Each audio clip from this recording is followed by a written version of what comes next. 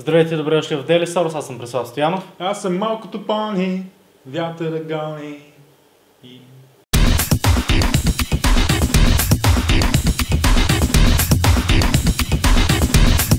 Хората от Медиа Кафе и Младежки информационен културен център организират конкурс, който смятаме, че ще ви се стори много приятен.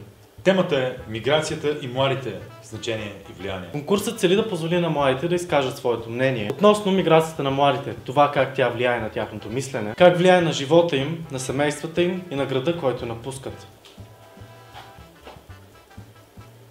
Напусни. Младежкият сайт Медиа Кафе за трета поредна година стартира мащабен конкурс в 3 направления – фотография, есе, видео. Засягащи различни аспекти на миграцията, вътрешна или външна, от гледна точка на младите хора. Миграцията може да бъде вътрешна, външна или международна. Почти всеки млад човек е засегнат пряко или косвено от миграционните процеси. В съвременното общество всички ние сме свидетели на това ежедневно движение на хора, било то в България или в другите страни. Редица от тях предприемат подобни важни стъпки с цел осигуряване на достъп до по-добро образование или с цел развитие в професионално отношение. Други се възползват от възможността на сезонната заетост, докато четвърти желаят да се заселят на друго населено място за постоянно. Една голяма група бежанци ежедневно преминават границите на Европейския съюз.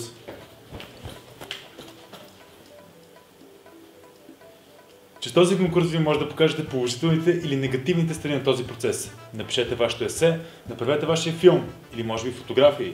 Наградите за конкурса са както следва. Трето място – велосипед марка Спринт. Второ място – парична награда от 200 лева. И голямата награда – 3-дневна почивка за двама в Виена, Австрия. Крайният срок за участие е 31 май, така че запредвайте ръкави и марш да правите това, което правите най-добре, а именно да творите. Настъпи часа най-активните в тези процеси групи да изкажат своето мнение. Младите. Вярваме, че те могат да изкажат наясно своите проблеми и нужди по темата. Споделете вашата история, историята на вашите приятели и на вашите близки. Изпратете вашите препоръки по темата. Затова, ако сте млад човек в България, за разлика от нашия оператор, ви приканваме да посетите сайта на Медиа Кафе. В зората на новото правителство, което очакваме, гласа на младите е най-силен. Нека покажем на парламента, че вашия глас и вашето мнение са от значение. Линкове за всичко свързано с конкурса, като изисквания към кандидатите и творбите, може да намерите долу в описанието ни. Това беше всичко от нас. Не забравяйте да се абонирате към канала, да харесате видеото и да го споделите на всички ваши приятели и познати. Също така да кликнете тази анотация, която ще ви отведе до другите наши видеа. Това беше всичко от нас. Довиждане! Чао, чао! Ти не казваш ли 2 пъти това беше всичко от нас? Не казваш 2 пъти това беше всичко от нас? Довиждане!